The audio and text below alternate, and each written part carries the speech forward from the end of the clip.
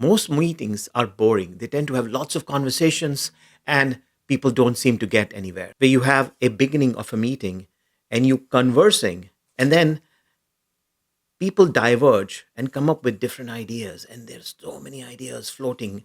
And then there seems to be tangents going, tangents of all types. And then they happen to be also traversing off with different ideas that seem to be expanding, and they go nowhere. Then you run out of time.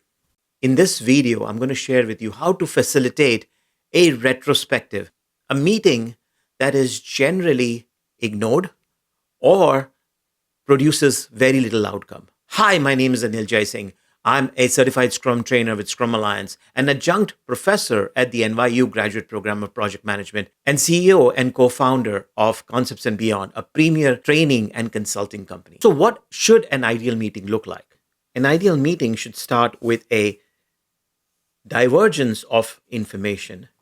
Potentially, that does lead to some groan zone where some of these ideas are reflected upon and discussed in detail. And then at some point, there should be a convergent point, and you should start to make decisions and close the meeting. And this is the idea of an ideal meeting. And if you look at these different areas in the meeting, you have these divergence, groan zone, and convergence happening. An ideal meeting looks something like this. There are three things that you should ensure you have before joining the meeting. The first one is outcomes. What are your outcomes? What do you seek to get out of these meetings? The second one is design. How do you design your meeting right from the agenda, the time required, the actual divergence, groan zone, and convergence steps or techniques that you're going to be using? And finally, most importantly, how do you infuse psychological safety so that everybody gets an opportunity to speak, contribute, and collaboratively make decisions? I'm going to show you how you can do this for a retrospective with 5 easy steps. I happen to run a very, very difficult retrospective once in JPMorgan Chase. We had a client onboarding platform that had fixed deadlines set up by the OCC, an external regulator. And there was immense pressure in making sure that we always deliver on time. So much so that features after features after features were being put up into this system without really caring about the quality of the product, completely disregarding testing. And one day, the system broke. Not even one customer could be onboarded. Not even one person could log into the system. It just did not respond. And that's when people realized the fallacy in bolting features after features without fixing things that needed to be fixed. The team was looking at each other, figuring out who to blame, and management was also looking for somebody that would take the fall. So psychological safety was very low. I invited the product owners, Scrum Master, and developers. I was somebody who was a third party facilitating that retrospective. And I chose a technique called Sailboat. I invited everybody to a room. I drew on a flip chart a picture of a sailboat, and then I introduced the sailboat technique. You find things that really work well for us as a team. Well, those are the winds pushing us forward.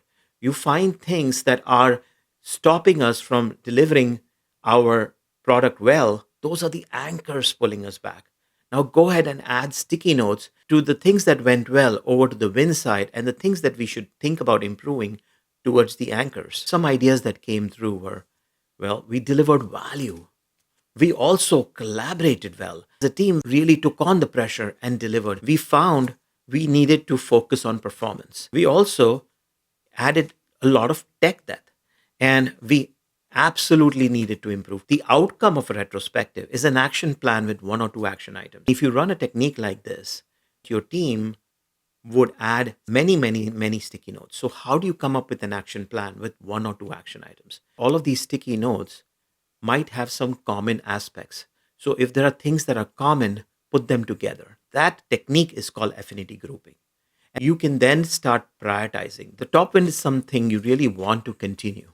Potentially the wind second is something that you also think is a great idea and we should continue that. On the anchor side, something that you actually need to fix right away, that forms the last anchor, the anchor that is really close to the bottom. Something that's in between potentially could be anchor that we'll need to fix next. And then finally, something that we can live without but continue to improve over time is the anchor that is closest to the boat. Now you have the ability to pick on the first item as an action plan and the last item. And these are the two action items that we can include in the action plan and work towards it. Well, what did I do to make this such an effective meeting?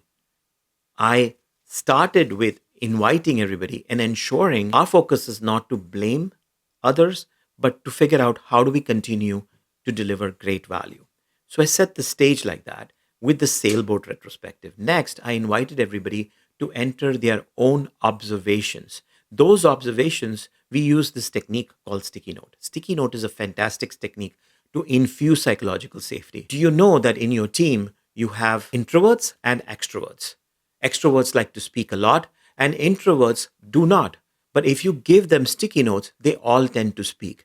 This is a great way to infuse psychological safety and get everybody to speak. The next thing we did was to generate insights, and we used two techniques to generate insight. The first one is affinity grouping.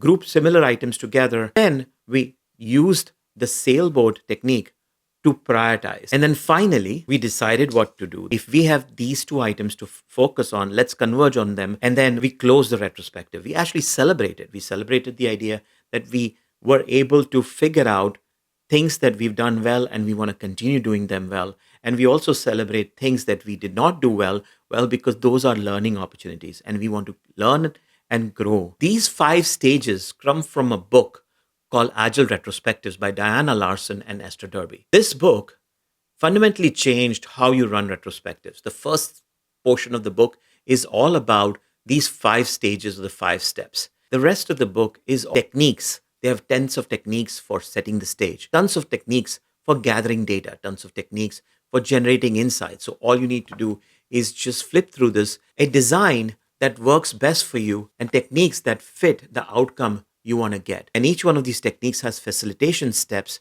to guide you and ensure that you infuse psychological safety as you go through the technique. If you want to try this today, go to this website, www.retromat.org. Each one of these stages, there's a bunch of facilitation techniques that you can use and build and design your techniques. If you don't like something, you can go ahead and click on this and it's going to go change all the techniques. If you don't like just one stage, you can go ahead and pick another stage. If you use the Miro whiteboard, you can run these facilitation techniques really easily with these templates that are available, and you can do it with virtual teams as well as hybrid teams. I'm really looking forward to you trying these techniques and letting me know in the comments how your next retrospective went. If you like this video, hit the like button, share it with your community and your friends, and please subscribe. Looking forward to seeing you next time. Continue to thrive and be limitless. Bye.